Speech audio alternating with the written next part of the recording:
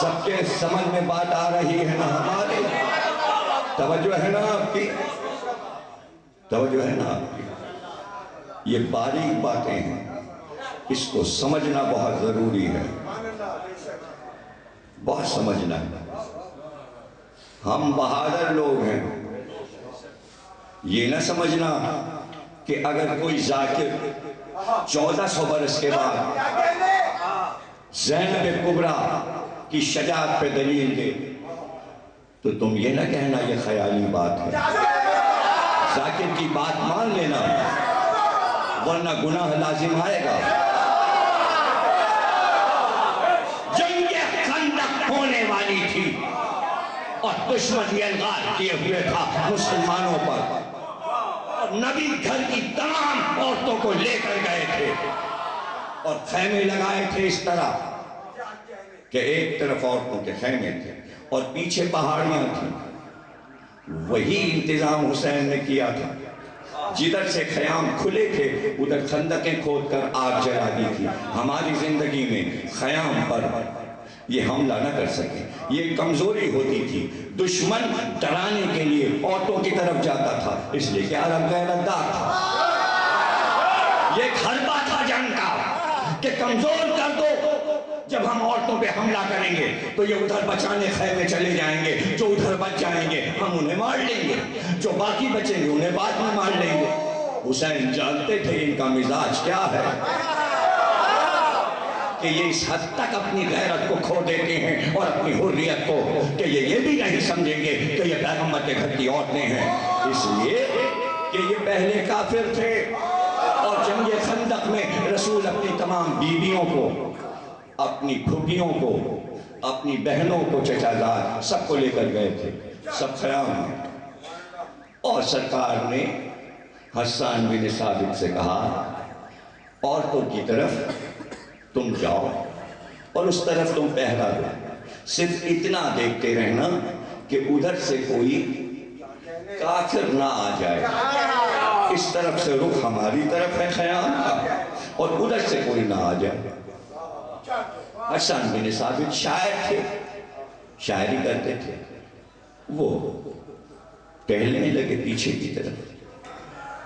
کچھ کافر تلاش کرتے ہوئے پہاڑی درے سے ادھر پیچھے آ گئے۔ پتہ لگا کہ ادھر کیا ہے، انہیں پتہ چل گیا ادھر عورتوں کے خیام ہیں۔ یہ خبر پہنچانی تھی ان کو، اب تلوار بھی ان کے پاس اور وہ ٹہل رہے۔ سرکار کی پھوپھی صفیہ بنت عبد المطلب نے پکار کر کہا حسان بن ثابت دیکھو یہ کافر آ گئے ہیں اس طرف، ایسا نہ ہو کہ یہ حملہ کرنے، یہ جاسوس لگتے ہیں، جاؤ انہیں مار دو۔ دیکھیے سرکار کی پھوپھی کو معلوم ہے کہ اس وقت اقدام کیا ہونا چاہیے۔ میں نے پہلا لفظ تقریر کا کہا تھا ایسا گھرانہ، جملہ نہ بھولیے گا، اسی گھرانے کی باتیں ہو رہی ہیں کربلا تک، ایک گھرانہ، سوچ فکر، دین کی حفاظت۔ حسان بن ثابت نے کہا ہاں سرکار نے مقرر تو کیا ہے، میں تو شاعر ہوں، مجھ سے شعر کہلوا لیجئے، میں کسی کا گلا نہیں کاٹ سکتا، میں کسی کو مار نہیں سکتا۔ اچھا نہیں کر سکتے تو نہ کرو، یہ کہہ کر علی کے خیمے میں گئی، پھوپھی بھتیجے کے خیمے میں گئی، اور اس وقت علی باہر تھے، خیمے سے باہر نبی کے پاس یہ گئی اور علی کا لباس صفیہ نے پہنا، سر پہ خود رکھا، ذرا بختر پہنا، ہاتھ میں تلوار لی اور ایک بار نعرہ تکبیر کہہ کر حملہ کیا، گلا کاٹ کر سر کو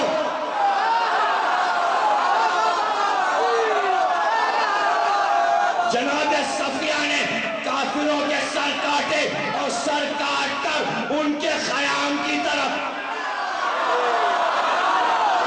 سارے کافر گھبرا گئے کہ ادھر سے حملہ ہو رہا ہے، بھاگے۔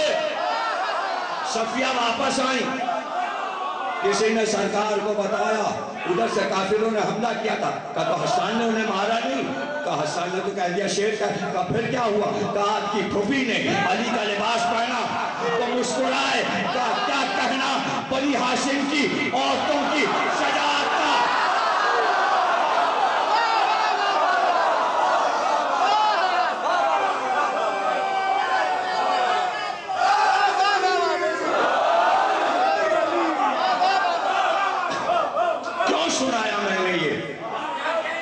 یہ بات میں نے کیوں سنائی یاد ہے؟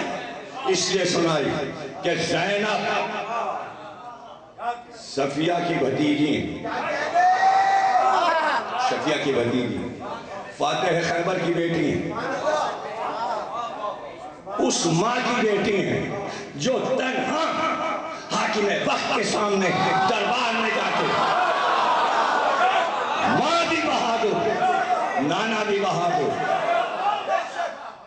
حسین و حسن اور 18 بہادر بھائیوں کی بہن ہے، عباس جیسے شجاع کی بہن، اون و محمد جیسے شجاع کی ماں ہے، عبداللہ بن جعفر جیسے شجاع روزگار کی زوجہ ہے۔ شجاعتوں نے زینب کی حویلی کے گرد پہرے دیے ہیں، کہا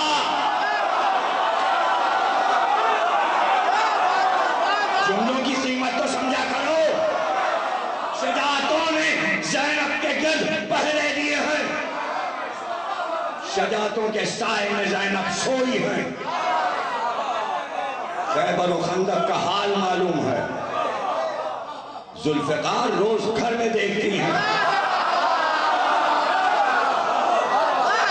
ذوالفقار کی تحریر پڑھ لیتی ہے زینب، کتنے کافر مارے ہیں،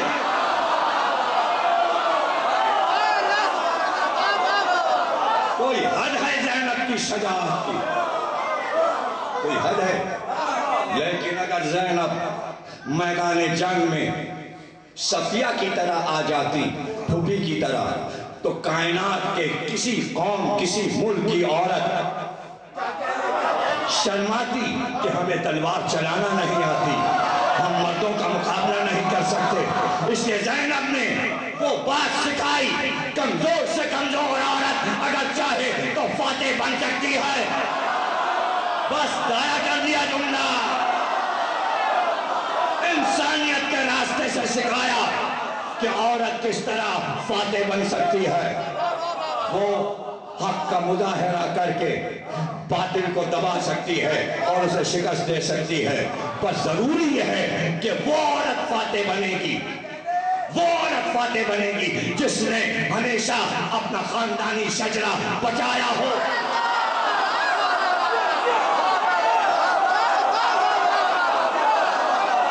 اپنے کردار کو طاہر بنائے، اتنی پاکیزہ ہو کہ تٹھیر اس کی طاقت بن جائے۔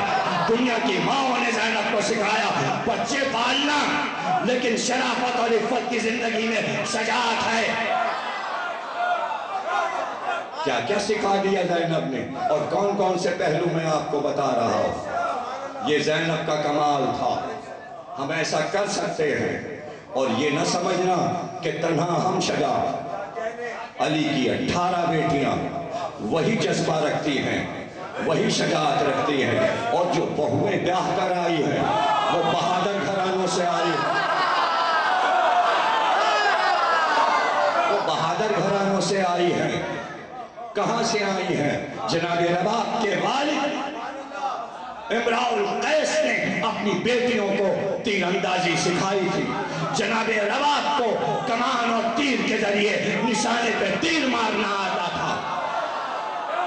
جب عصر کا ہنگام آیا اور جب پتا چلا کہ لشکر حملہ کرنے والا ہے تو جناب رباب نے کہا شہزادی اگر آپ کہیے تو میں اپنی کنیزوں کے ساتھ اس لشکر کا مقابلہ کمان سے کروں، تو شہزادی نے کہا بھابی آپ میرے گھر کی بہو ہیں، یہ کام میرا ہے،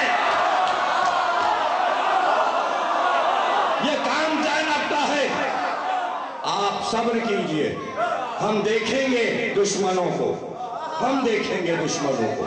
اور پھر زینب نے دشمنوں کو دیکھ لیا، شروع سے دیکھ لیا، سید سجاد کو صبر کی تلقین کر دی۔